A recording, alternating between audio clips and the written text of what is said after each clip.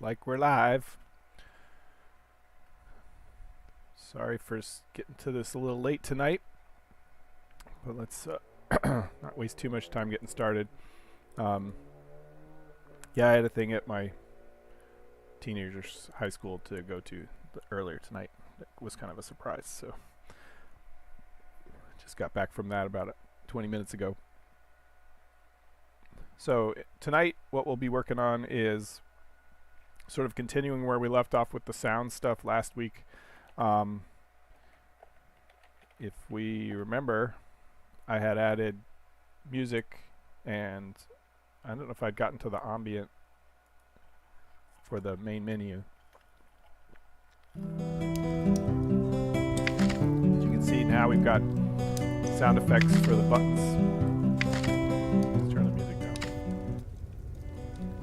You can see there's some ambient fireplace logs burning. Some of the buttons are a little obnoxious, but those can always be tweaked later. I just wanted to make sure I had something hooked up. So that's what we got going on there. And so tonight, when I get into the code, I'll go over a little bit about what I changed to make all that work in that SoundState we were working on last week. But in the meantime, I was going to start working on in-game effects, because that's where it really gets interesting, right? Where objects can make sounds, and we can hear them in the stereo perception, in 3D sound. So getting all that set up, hopefully we can do that pretty quickly. Initially, I need to set up some test objects so that I can place some sound objects in the world and test out how we hear them and so on. So usually what I do for that is create a couple quick and dirty block objects that we can use, and so then we'll load those in the scripting and get those started. So let me real quickly create I think it's going to be the object that we have sound coming out of. Let's see, what do we want to use? Let's start with some cobble. I don't really care, but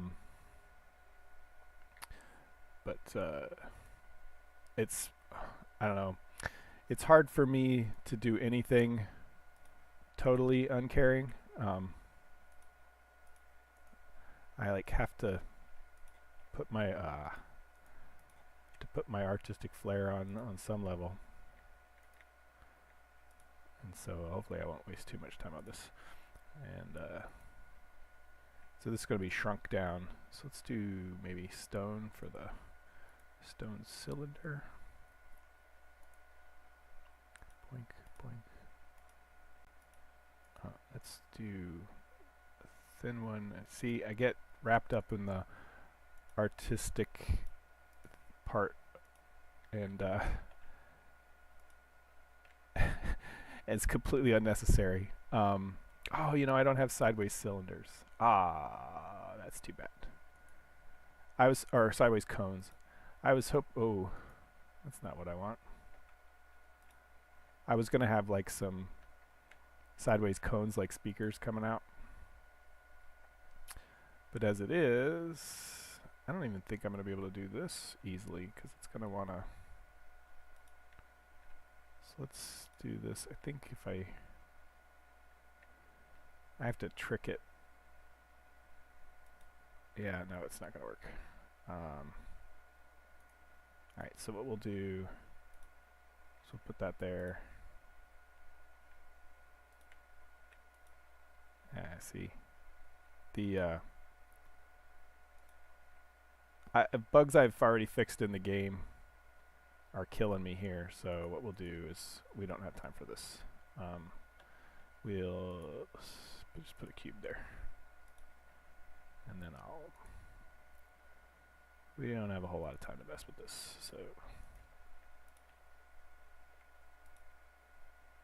So we'll pretend those are cones. But I forgot I don't have sideways cones. I keep meaning to add them. Okay, so that'll be save as, we'll call it looks like speakers. Okay, and again, I cannot help it. what I really want is crap.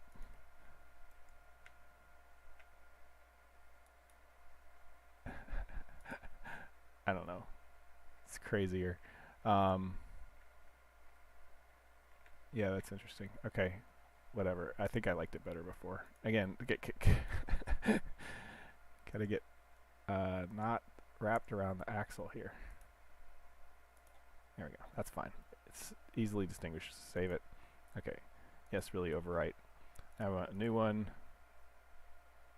Yes, really clear the current objects. So we need one like a wand to place these things.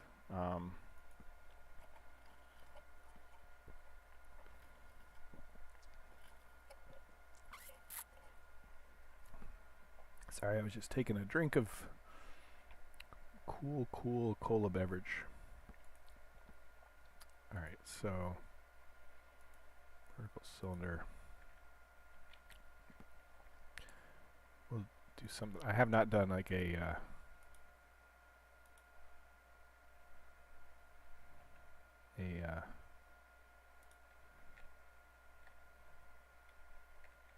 any kind of wood. Oh, I guess all my wands are wood. Never mind. Never mind. Don't know what to talk about. Okay, so we'll just put some. There we go. There's our save as metal wand. Okay. All right. So we should have block objects now. Where does it stick them? Source.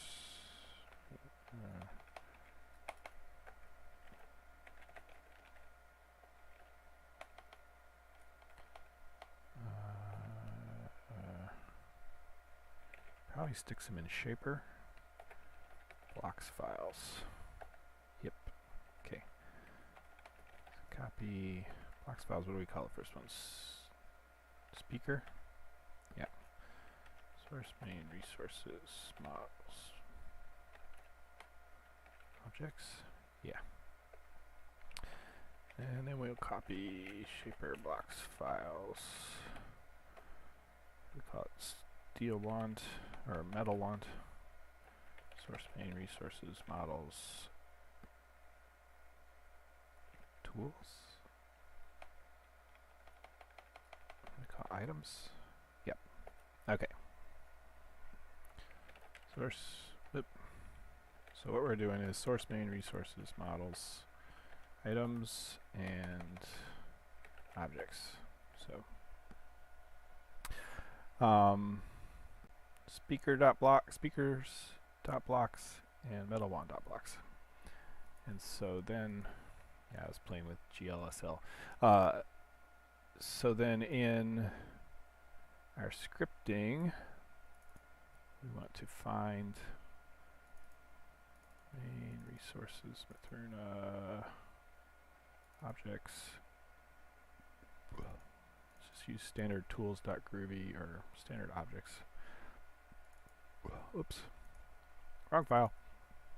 Okay. So we want to create some new types.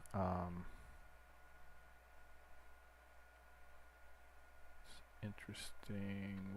What do I want to do? I want to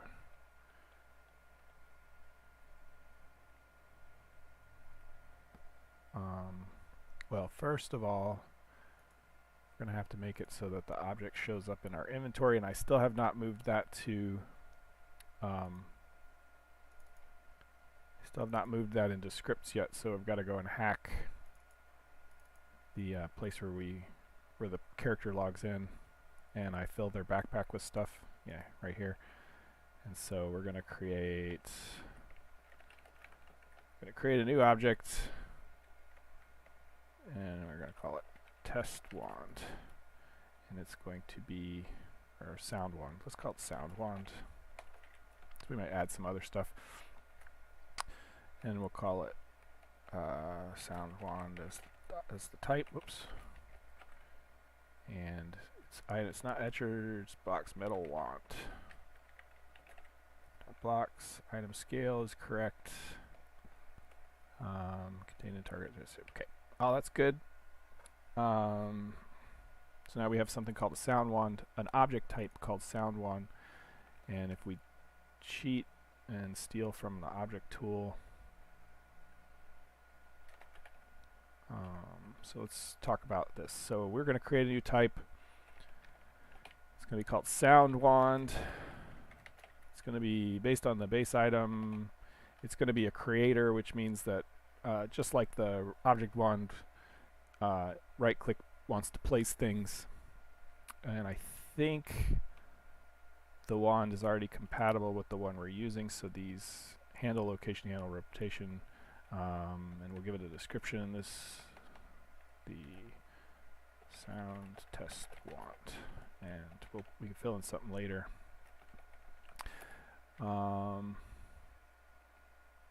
So equip,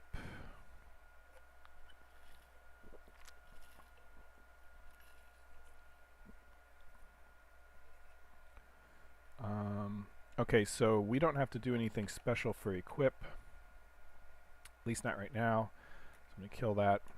Equip, the object wand has a special hook for equip because when you equip it, it goes and checks your blueprints so that it can put the selector in so that you can select the blueprints by rolling the mouse wheel.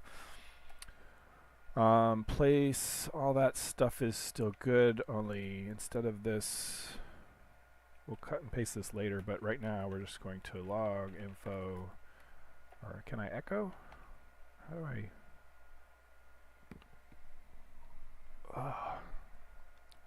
There's a way I can send stuff back to the player. I believe echo. Yep. It's working, but not implemented. Okay, so that's if we right click on the ground, it's place. Rotate we don't really care about right now, so we'll get rid of that. The context action, we actually want the same context action as the object tool because we want to be able to right click and delete things. And only the object tool has the ability to do that, so we will leave look. We will get rid of copy blueprint because we just really want the delete object. We don't need copy blueprint. We still need delete object. Alright. So in theory, if I run the game, we have a new object in our inventory. And it was just that easy. It will get a little easier because most objects will be based on existing objects. You'll be able to override the behavior a little differently than what I did there. The API is ever evolving. I'm going to wish I had the ability to mute the sound right from the beginning. Or at least turn the music off. Alright, so continue last world.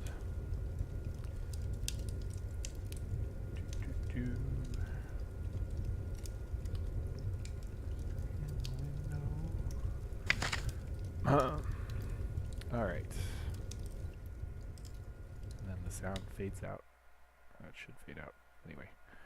Alright, so we're sitting in here in the dark. Let's check our inventory.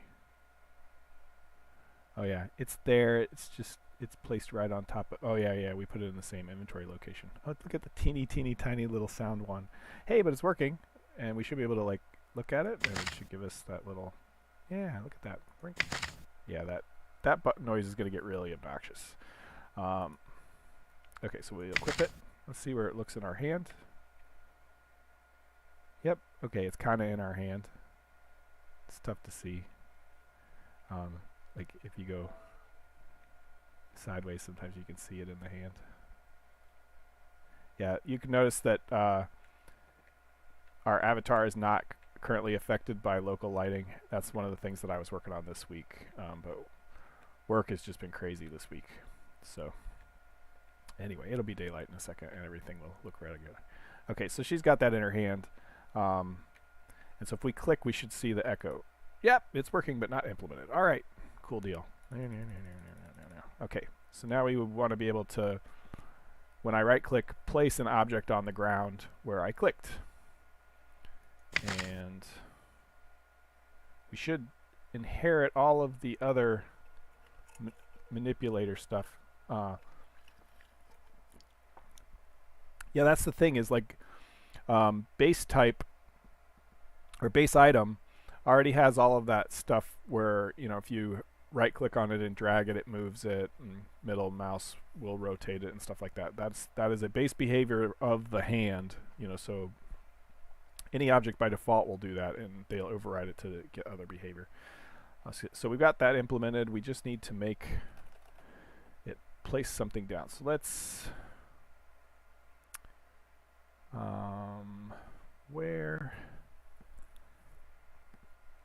let's look at the place object stuff that I got rid of from the other one. And we already know what our blueprint should be. We don't really have to load the cells, but we will. Okay, so I think to get a minimum, I left the, okay, so back down here in our object, we still want to check the permissions to make sure I'm not, that I can put things there, because why not? And instead of this, shape will be new shape info, or no, shape info create. I think is there ever another shape info that I create?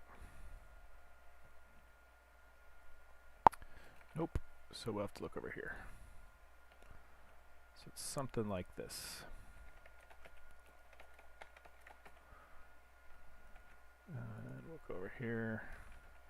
So we give it the name of the model. In this case, it's objects, speakers, dot blocks, I think is what I called it. And then item scale, object scale, I think is just a quarter. And then entity data is the, so that should work for shape. We get the cells so that we can get the center, offset the location. Yeah, okay. Yeah, make a create object that encapsulates all that so that I don't have to cut and paste this all the time. Spawn position, name equals BP object name. No, we wouldn't have that because we don't have a blueprint. So we will create, I think, object name, create. Well, Paul, why do you create them that way instead of, oh yeah, we want to do a type as well. Why do you create them with that way instead of just passing a constructor? Well, that's because internally it maps the strings to IDs. So that, yeah, we don't need the blueprint source activator IDs, that's still true. But we do think we want object type, so we'll call that speakers as well. I think we will want to, actually we could have put all this down in here.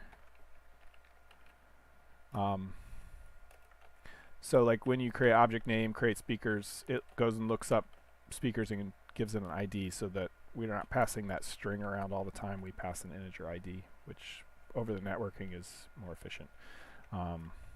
So let's give it an object type, which won't mean anything because there is no object type with that. And so we give it name, got a creator, blah blah blah, a shape, and a position. That should be all it needs to be put in the world. Obviously, when we test this for real, I'll need to have the sound components and things.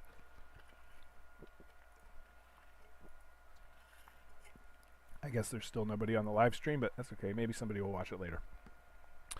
So I don't have any sound components defined, so we'll work on that next. Assuming this part works and we get an object in the world. Then you guys would have seen in, what, 20 minutes?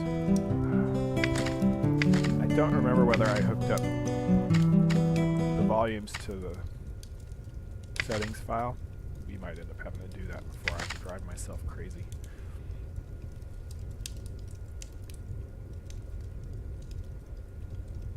Okay, so we go back into the game.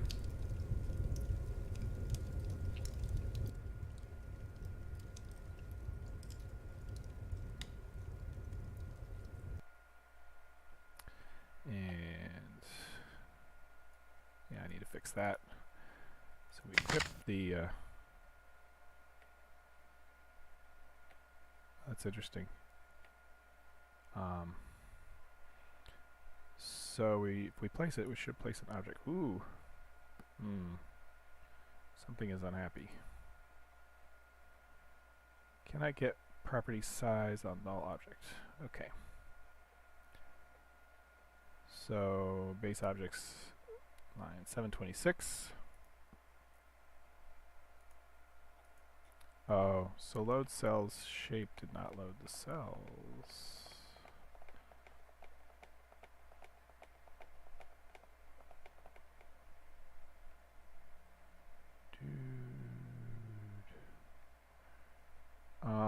So load cells might be doing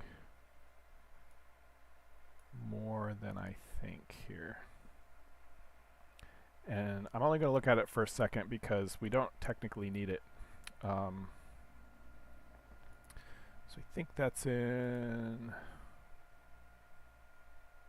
base objects API.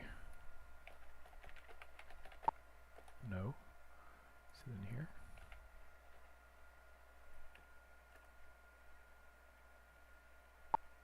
Okay. Or maybe it's in the standard API. Oh, we don't need to. I'm just going to change this so we at least see something. Placing speakers. Okay. And there's a base APIs. Load cells. So we take a shape, get the shape name, string to cell array.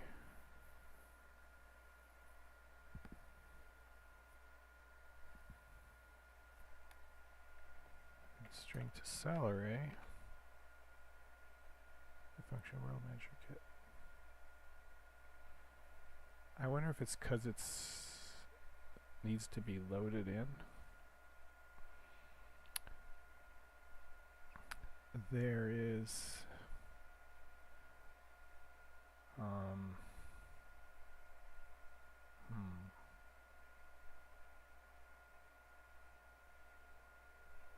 yeah, because we don't need this.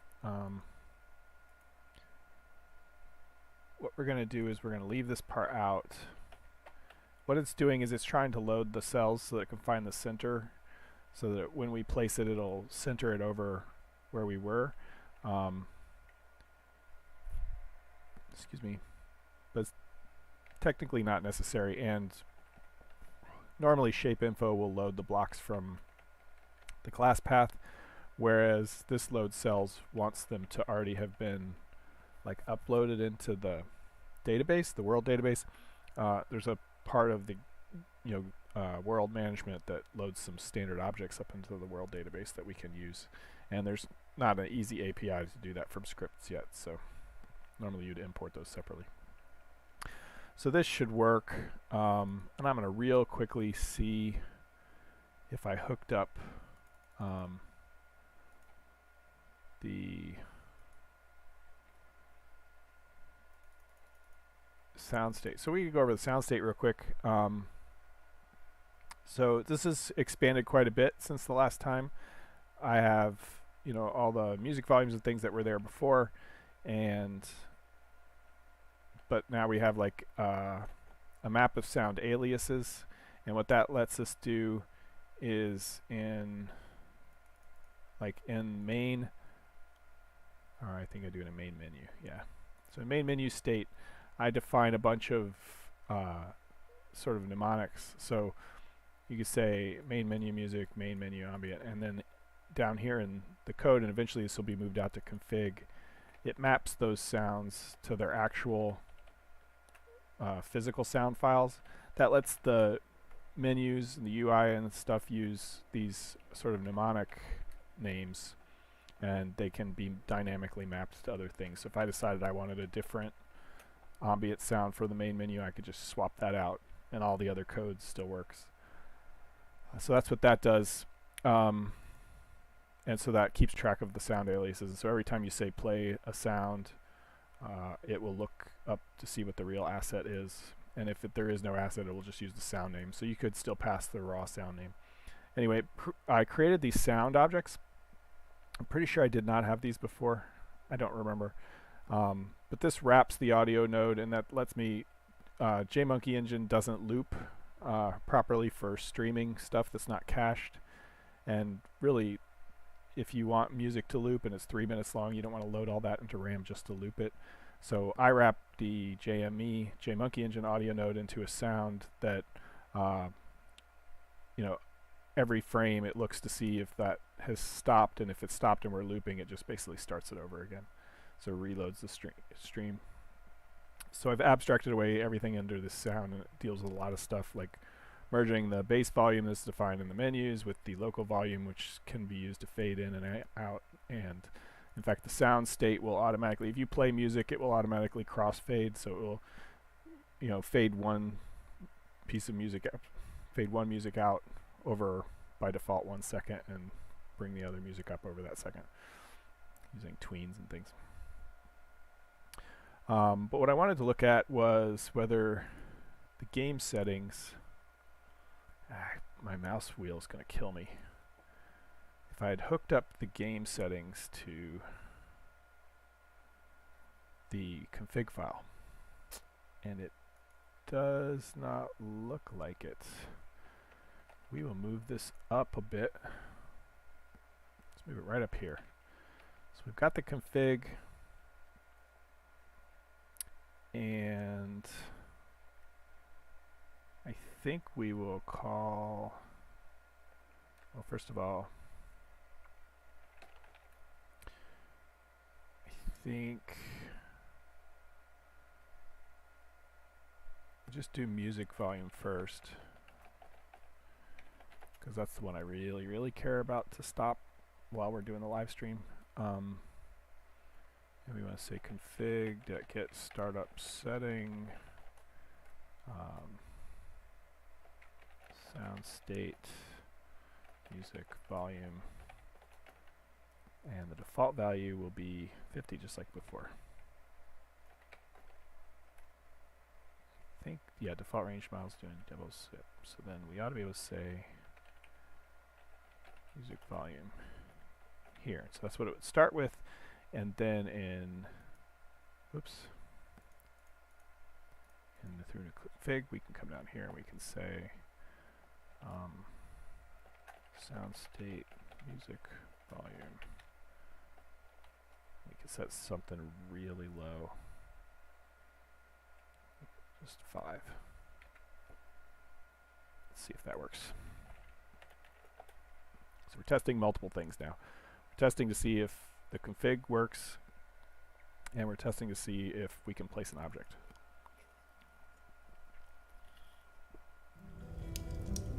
Yep, the config works. That music is very quiet. Check it out. Alright, so cool. So pretend like I go and back and hook those up to effects and ambient and mute and stuff. But now we're working on something more interesting. And we're already a half hour in, so, and we're starting to get to meat, so that's always good. Yeah, that I gotta come up with better button clicks. That's gonna drive me crazy. Alright. So, yeah, move our little thing aside, equip it. Okay, right click. Whoops, still failing. What are we failing on this one? Oh. My kingdom for a runtime script reloader.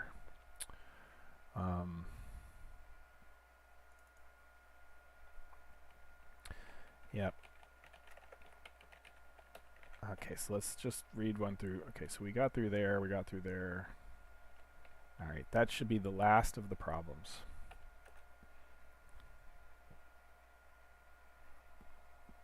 Yeah, I have not set up the defaults, like the built-in scripts can't be reloaded. Any add-on modules, you can reload them at runtime, but the built-ins, like base objects, you can't. If I'd had like 10 more minutes, I would have created an extension module to develop this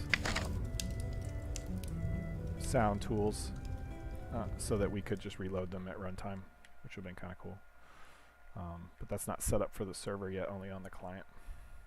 Okay. It's like spend a lot of my time working around the fact that I do things as needed because I'm trying to focus on gameplay. Okay, right click. Here we go. Hey, look at that. We got a speaker. Yay. Okay, so it's not making any sound, but we have a test object we could use to make sound. If I right click on it, it should let me delete it. Whoops. Ruh-roh. Ruh-roh raggy. Base shape. No, probably base shape for object type wrapper. Oh, has shape for object type wrapper. Base object 768. So we cut and pasted these from the context actions, and yeah, so has shape.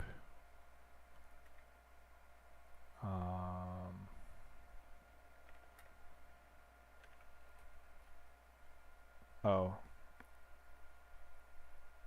Can't copy blueprint unless it has a shape. Okay, so we don't want...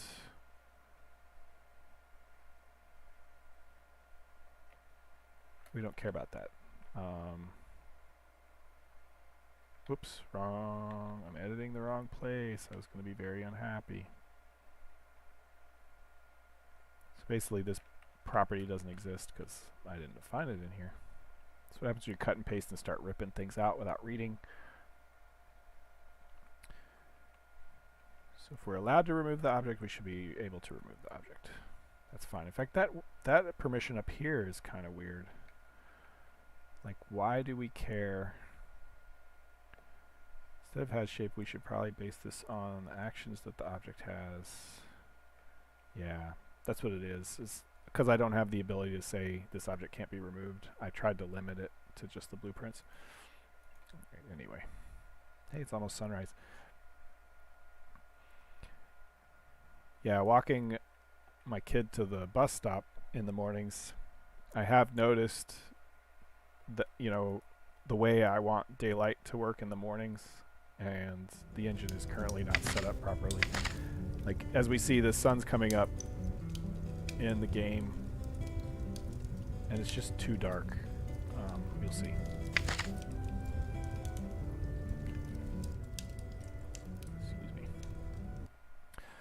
So, you know, right now it's probably okay, but I would like the ambient up a little bit, maybe a little higher.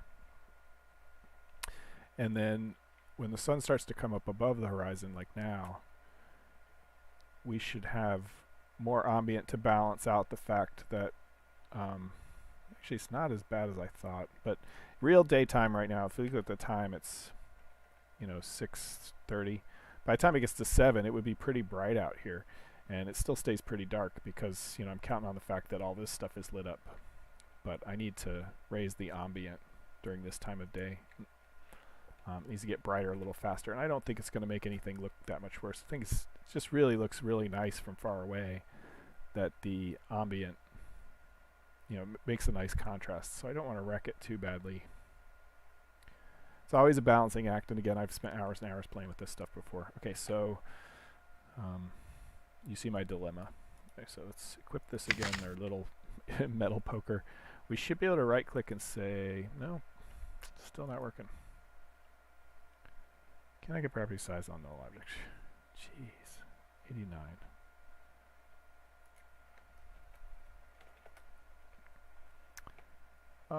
Shape outreach, no. Drag start, oh.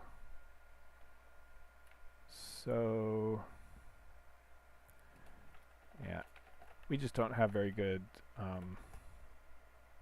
so if there are cells, then it's fine to do that. Else, offset equals new vec3d. Yeah.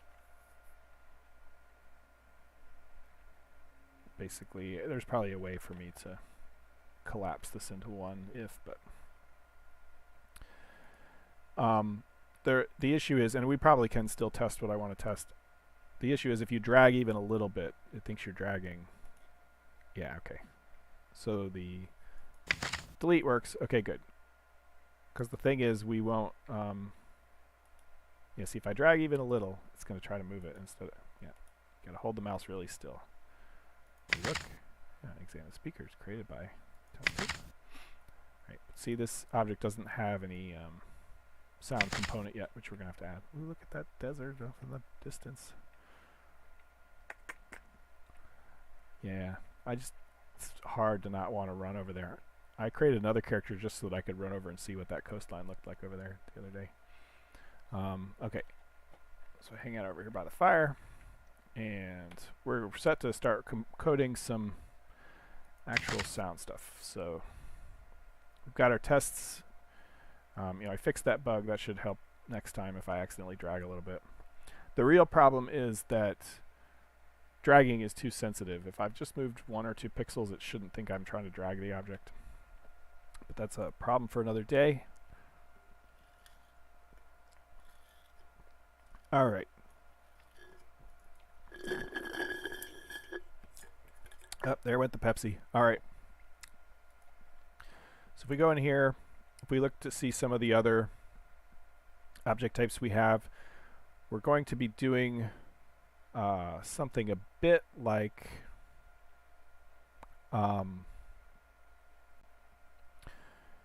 it's a bit like the shape info, and shape info is a bit like these other type infos. So I'm going to pull this up just because we can see how that create works. But what we want to do is create SoundInfo. And so this is going to be for the sound component. This is Mythruna proprietary, so Mythruna, yes, import oops. Okay, so we got all our entity stuff, implements, entity component. Somebody's jibber jabbering at me on the chats.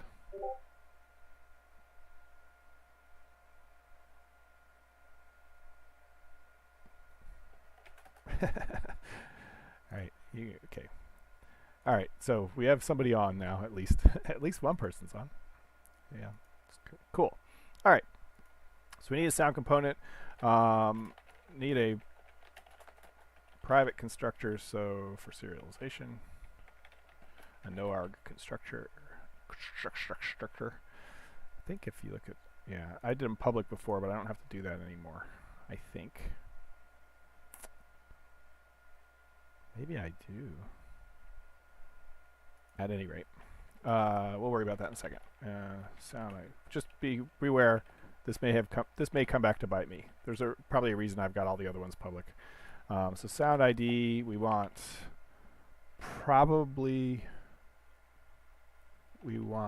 a start time, and probably we want a volume, and probably we want looping.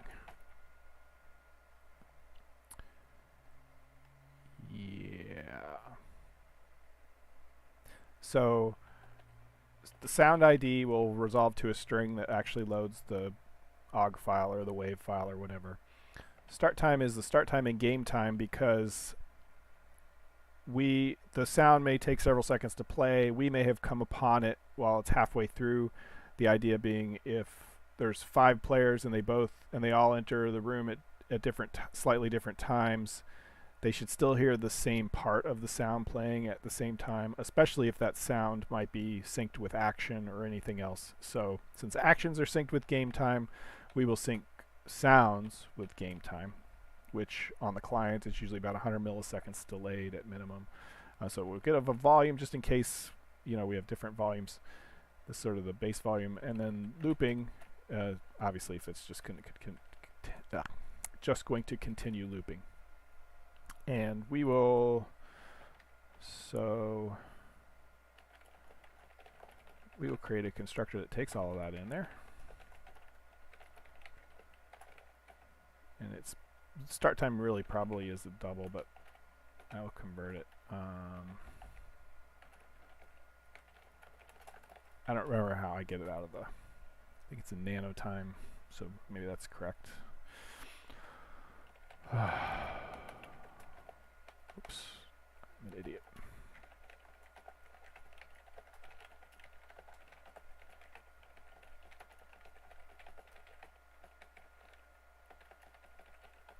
Okay, and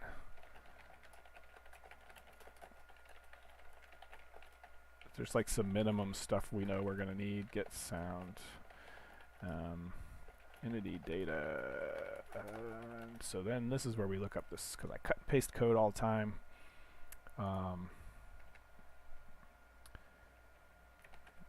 So we do something like this. Get string, whoop, sound ID, and we will default this to -1 just in case. And then usually then I create like a factory. Ooh.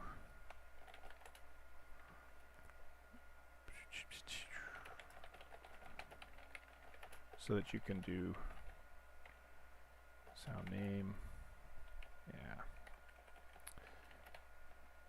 Sound name, start time, volume. And then same kind of cut and paste from over here. So it's sound name. And then return new SoundInfo. ID, start time, volume, looping. Okay. We've got like the minimum we need.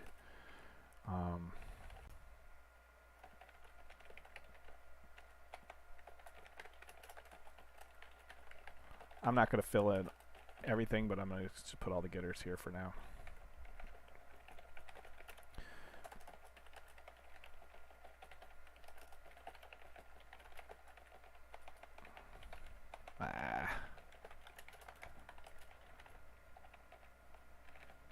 Okay, so I think that should compile. Don't think I've done anything grossly incorrect. No, apparently I have. Oh yeah, you gotta pass the entity data.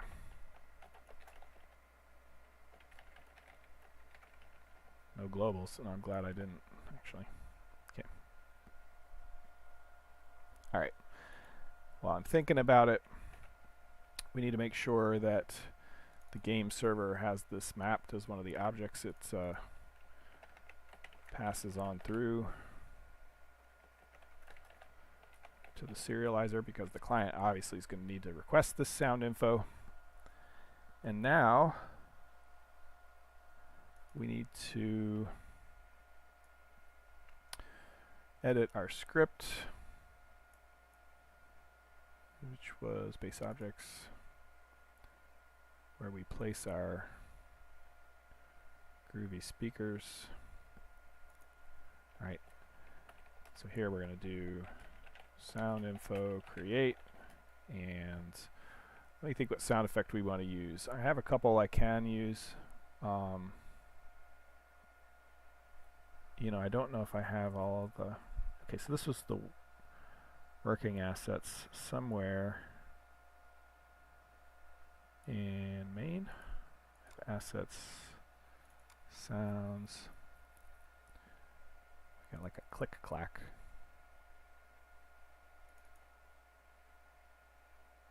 I kind of want something.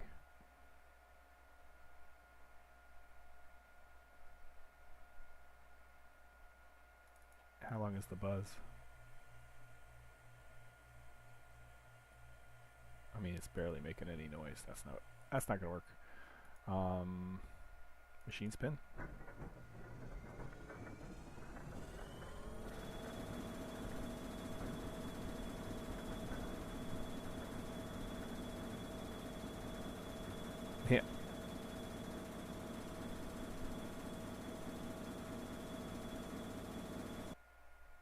Okay, I mean that could work. I wanted something kind of long. Oh, we already looked at this one. Yeah. Okay, so let's just grab it. Copy. Take that over to the sound pack. Resources, sounds, effects. Hey! Yes, it is still alive. Sometimes I wonder, but yes. You know, 10 or 11 years ago or whatever, my wife had issues with brain tumors and things, and that kind of sidetracked the development and it slow rolled it. But now, open sourcing a lot of the stuff over the last few years and making a big push this year. So we're trying to get to alpha before the end of the year. I don't know if that's going to happen, but that's my goal. So welcome to the live stream. So we're trying to get sound set up so that where are we? Sounds, effects, and machinespin.org. Okay, so sounds, effects. You know what, I'll just cut and paste this. Oops. Okay. Just make sure I get it right. Okay, so create. We want, what did we say? Start time, volume, looping. Okay, so start time, we'll just ignore start time for now. We'll just play it whenever we encounter it. Volume would be 0 to 1, and looping true. We want to loop it. It's not really going to. Yeah, I mean it's a journey. So you know, it comes and goes. We're currently dealing with some stuff right now, but you know, we take each day as we can. Anyway, so let's get some traction here. So I have to pass the entity data. Let me just count the arguments. 1, 2, 3, 4, 5. 1, 2, 3, 4. 1, 2, 3, 4, 5. Okay, so we got everybody. So that should make our sound. Nothing's going to do anything with that yet, but let's just check and make sure everything's working. Probably now, while I'm running this, I'll mention if you aren't subscribed, please subscribe. Click the little bell, and then you'll know about these live streams. I try to do them every Friday. So far, we've been doing pretty good last few weeks. Every Friday. There is a Discord. If you want to hook up to Discord, you just notify me in any of the places, you know, message me on Twitter or whatever, and I'll DM you message me on Twitter. I'll DM you a link to the Discord or any other places. You know, I am at simsilica.com. You can get me at PSpeed. I think Mythruna.com, same thing. PSpeed will get me there too. Okay, all right. Okay, so if we create the object now, that's going to drive me nuts. I need to fix that. Where that is, before I forget, let's go over here, and you can see when I created this, I'm basically putting it in the inventory here. So we're going to put this in 17 instead of 16. So next time it'll be in the right place. All right. Anyway, so let's equip that item. We should be able to right-click and place our little speaker. Okay. Obviously, no sound's coming out. We haven't actually written any sound, but it has a sound component on it now. So it should play sound eventually. Okay. Now we get into the meat, and we have like 10 minutes. All right. Go to sleep, man. Sleep well. All right. Let's see how far we can get in creating a sound system. And for those of you not familiar with the entity component world, that's part of the entity component system. The code that uses entities is called a system. And some entity component system libraries will formalize the idea of a system as something that you give to the library in version of control, and it calls you. Zeus, my entity control entity component system that's open source does not do that. It gives you the complete flexibility to deal with the data however you want, and also gives you also have some utilities that you can use to do that in sort of the inversion of control way. We'll see. So what we want to do is we want to make a new sound system. This will be for sound effects. Oh, you know what? I am doing this in the wrong place. This is a client-side only thing. I mean, the server doesn't need to know sounds are playing. So this is very much like a model view state. In fact, let me just talk about how model view state's set up. It's got... Wait, this is old Mythruna. Yeah, whoops. Let's do a good model view state. So the new model view state is quite a bit more. Okay, so in the model view state, we have a couple containers. Containers are a thing for managing sets of entities that have a certain set of components. In this case, we have a mob container and a model container.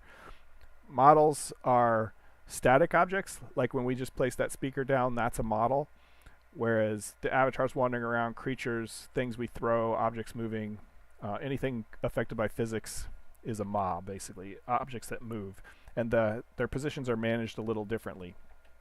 Like a model gets a position once and sits there, and might get a new position later, but it's not truly dynamic like a physics object. You know, every physics frame, it's moving and rotating and things like that, and so it's handled differently. There's a sim-ethereal network library that makes sure that all those things are synced together, so they're managed slightly differently. But every mob starts out as a model because it's positioned in the world, and then the physics engine takes over, and so these guys manage the same sets of objects, mobs being a subset of the models. And we're going to do something similar for the sound. We'll call it a, it's going to be weird, we're going to call it a SoundViewState. Just going to, which it's a system in the sense that on the client, we're going to be looking at a specific set of entities with a specific set of components. So we'll talk about, maybe I'll spend a second here as I hook up. We're going to want the world view. So the other thing about sounds is they're going to be positional. So just like the model view state where we need to know where our camera is in relation to all the models, we still need to know where our listener is in relation to all the models. So we're going to need to know, you know, in a whole world, coordinates can go up to 1 million and so on and so forth, but when we're walking around as an avatar in the game, we only care about the stuff that's locally around us, so we need to know where the center position is, and we position everything relative from that. So all of these things are relevant in that case, as is the center cell. We too will have an object root to place our audio nodes around, so all of that is the same. We will need a time source, just like this. So we really need like all of the same kinds of things that the model view state does. We do not need a shape factory. We do not need that kind of stuff. Why did I create a special object root node? I think it's so that I can override, collide with this stuff. So we can just use a regular node in this case because audio nodes don't have sound objects. Okay. Audios don't have a shape, so they're not picked anyway. In the real world, we want to avoid letting just the regular JME pick stuff because we do a little optimized stuff based on world clipping and stuff. So we don't want the default JMonkey engine collide with. We override that. But in this case, we don't care because we're not going to be picking sounds. Sounds are just sounds. Even though in my test, I've placed an object that you can see that has a sound effect associated with it.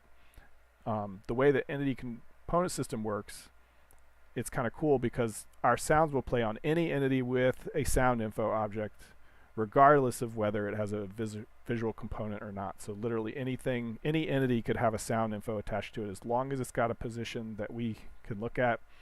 It'll play sounds. It could be invisible. We could attach it to fire. We could attach it to whatever. It doesn't have to be a block object. But we're going to need the world so that we can grab the things like the position in the center cell. We keep track of the center cell because that's how we keep track of the things that are relative to us. Anyway, a lot of this is going to be cut and pasted over from model view state. I'm just trying to give some context. Because we're going to follow a similar kind of grid pattern. And so where's initialize? We're going to want entity data, time source, all of these things. And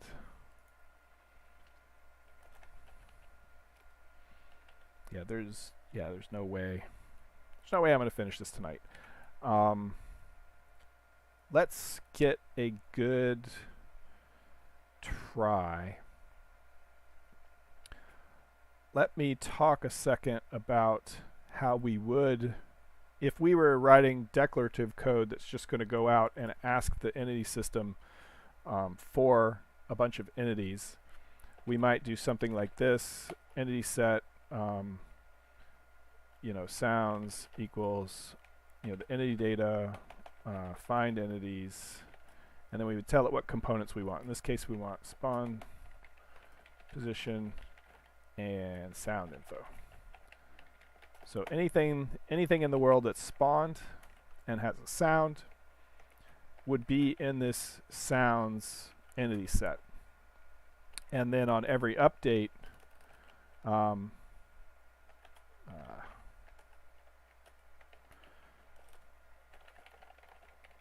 so on every frame,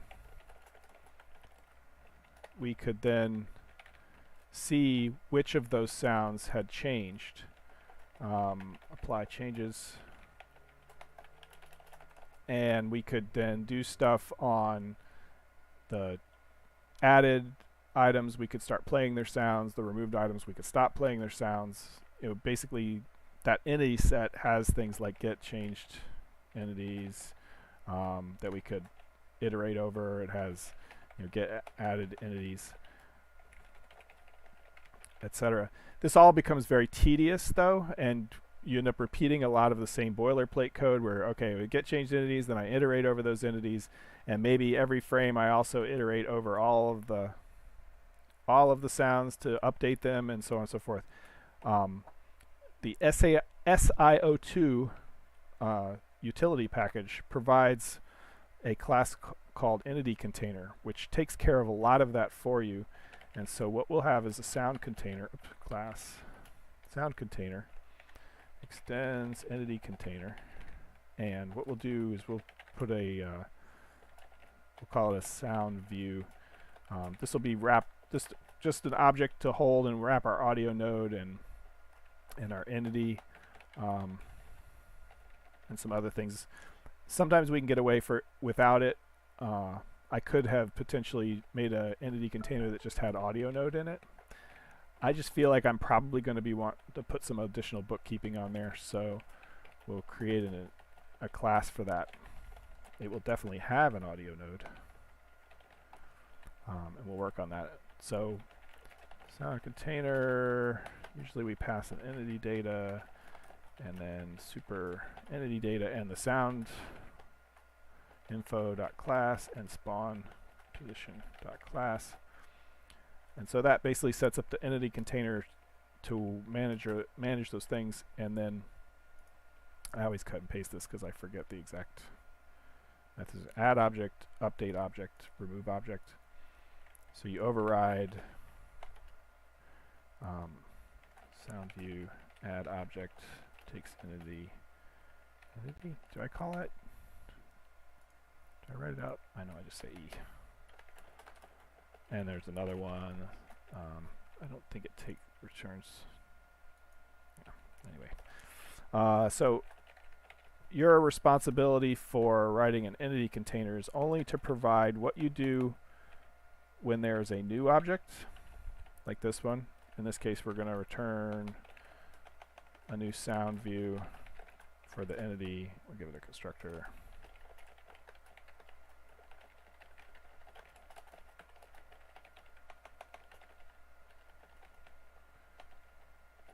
So, and actually usually I go ahead and make my life easier, and so that I only have to do the update in one place, I go ahead and update the object and return it. And so then, but if the container detects that your object has changed, it will call update, and then you have the ability to, you know, update your stuff. Whoops. You know, maybe we have an update method up here. I'm just kind of roughing all this in. In reality, we might do something different. And so then you could grab the new components and change the audio. Say the SoundInfo changed, like the speakers was playing, you know, air horns, and then for whatever reason the game logic changed it to play something else. You know, this update would get called, and we could look at the entity and figure out what the new SoundInfo was and replace audio node with the new sound playing, etc., etc. So that's what update does. And then remove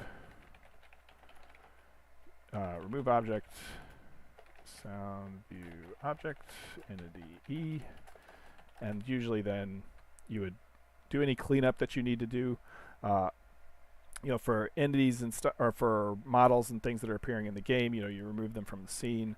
We'll do something similar here. I usually prefer to just put that in a release method, because what's going to happen is, you know, when I had time to fully flesh this out, you know, we would create when we create the sound view, we would start the audio node playing based on, you know, the game time that the audio should start playing, etc. And then update, we would check to see if anything had changed in the entity from volume to whatever. And then release, we would remove this audio node to get it to stop playing. But right now what I'm going to do is I'm going to say info, new sound view, entity. If we can get this running, I'll just prove that it's working. And then, oops, by looking at the logs, because we don't really have time to implement the audio piece in this, unfortunately. I futzed around too much with objects and things. We're already 4 minutes over where I really wanted to be. But that's what an entity container looks like. We basically got all the management, and now we just need to fill in the what happens when a audio node is encountered, what happens when it's removed, etc. And the only reason I'm not implementing the playing stuff is because there's all that local grid stuff. And I will do this all, I would do that part all next Friday, but because I don't need sound implemented this week for anything. It's kind of a nice to have. There's a bunch of other stuff on my plate that I want to implement. Let's get this container hooked up. Private sound container sounds. We always create it in here, so instead of having just an entity set, sounds equals new sound container ed. And then I believe, what's the typical pattern? Yeah, so initialize, we create it. In enable, we start it. In update, we update it. And in disable, we stop it. Okay. So on enable, sound start. In update, we sounds update. And disable, sounds stop. Now, of course, we're going to need to have imported a whole bunch of stuff. Through stuff, import everything from simsilica.ess star. That's the minimum we're going to need. I've already started including the mathd stuff. Grizz, mathd, version reference. So that's lemur, core version reference. Got like 3, that's fine. Time source. Where did we get time source?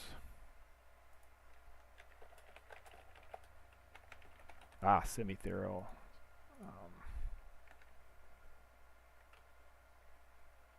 Yep. And I think that's all we need. Let's see. Will it compile?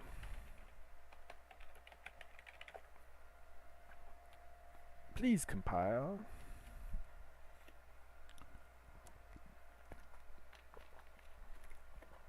Whoops. Okay. Yeah. So this is where the IDE would have been nice, right? You just get a feel for these after a while. And then I think client view, no, client dot, why is it not finding, I think game session state's just in the client. What else did it complain about? Object root, that's right. It's sound root.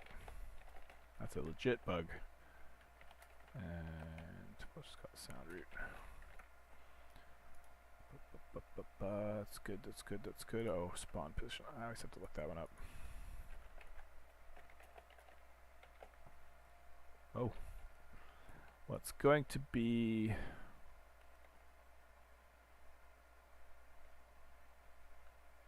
I think it's the extension.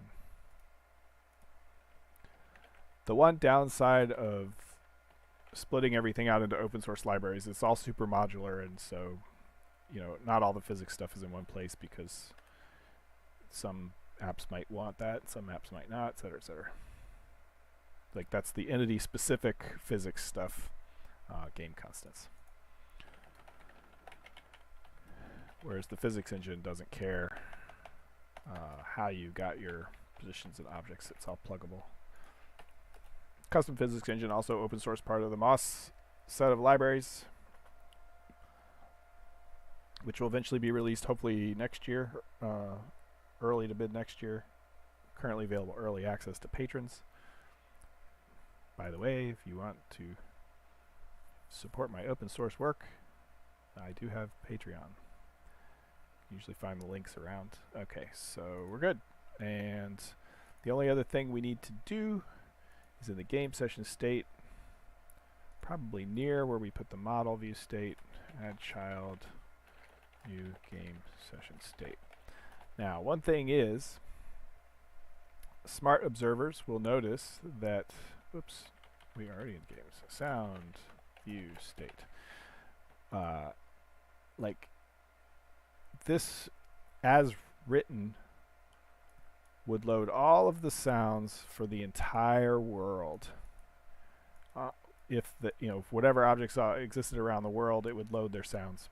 That is not the right way. That is what I'm talking about with the gridding and the filtering. The real container will have, like, we keep track of filters, and this is the things I think would be better, like, covered on their own, where we talk about how we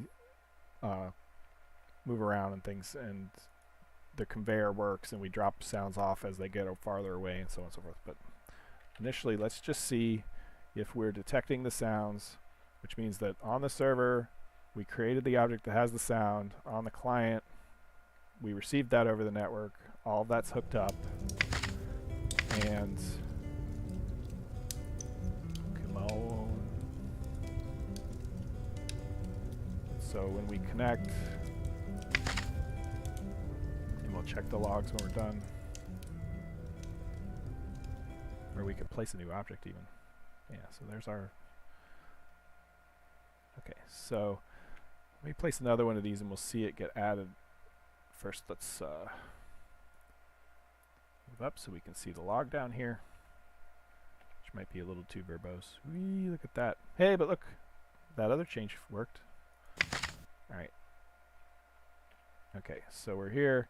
If I right click, we'll see a bunch of stuff, some of which should be that that sound got added to the... Yep, check it out. SoundViewState, new sound view. So we got a new sound for that entity. It has a position in the world. And yeah, the SoundInfo, of course, we didn't add it to string method for SoundInfo, so we can't see what's in there, but, and we updated it. And if I was to remove this object, because we have that ability, Whoops. So if I go in here and right click, say delete object, we should have seen somewhere in here SoundViewState. Yep, release. So the object was removed. Entity 3861 was removed, and we are no longer managing it as part of our state. So that's all hooked up. Obviously, we're not hearing the sound, right? Because that's more work. So next time on Mythruna live stream, that's what we'll do. We'll set up the grid. We'll decide, how far we should be able to hear sounds away. Probably this chunk and then immediate surrounding chunks kind of thing. And we'll set up the filtering. We'll set up update to watch this position and reference. And as the position changes, we'll change our center cell and center world, and we'll keep track of which sounds are immediately around us. And we'll get that set up first, even before we hook up sounds, because I think that's illustrative on its own. And we'll be able to see these kind of drop off. Maybe we'll even also add something to the debug HUD that will show us how many sounds are currently active in our view, so that we can see it more easily than looking at the logs. And so that as I move farther away and closer to things and the sounds appear and disappear with the object, we'll be able to see all that. But I'll do that next week. I don't think I have really anything else to cover tonight, and that's a deep topic on its own, and that could easily take us the whole rest of the time. We'll get sounds playing next time for sure, and filtered and things, and that'll be kind of cool. And that'll start also next Friday is when I start winding down my feature list for what I actually want to get released for Halloween, because we're going to do a Halloween release, and because I want to try to include some Halloween specific content, I'm going to work really hard to not have that released slip. So I'm trying to plan for it to be released a week before Halloween, and so that means I need to start wrapping up what features are going to go in and what aren't. But at least you'll have day-night cycles, if nothing else. All right. Slow clap. Nice. All right, so then, so next week, like, comment, subscribe, etc. Please provide feedback if you like. These live streams are for you as much as for me. I always get really motivated for them and have a really productive weekend. So thanks for tuning in, and you guys go forth and have a productive week. If you do anything cool, post them in the Discord, post online. If you're just working on games, I hope you have more success than I do. And I will see you guys next time. Thanks. That is the end of the live stream. Time to stop the stream now. All right.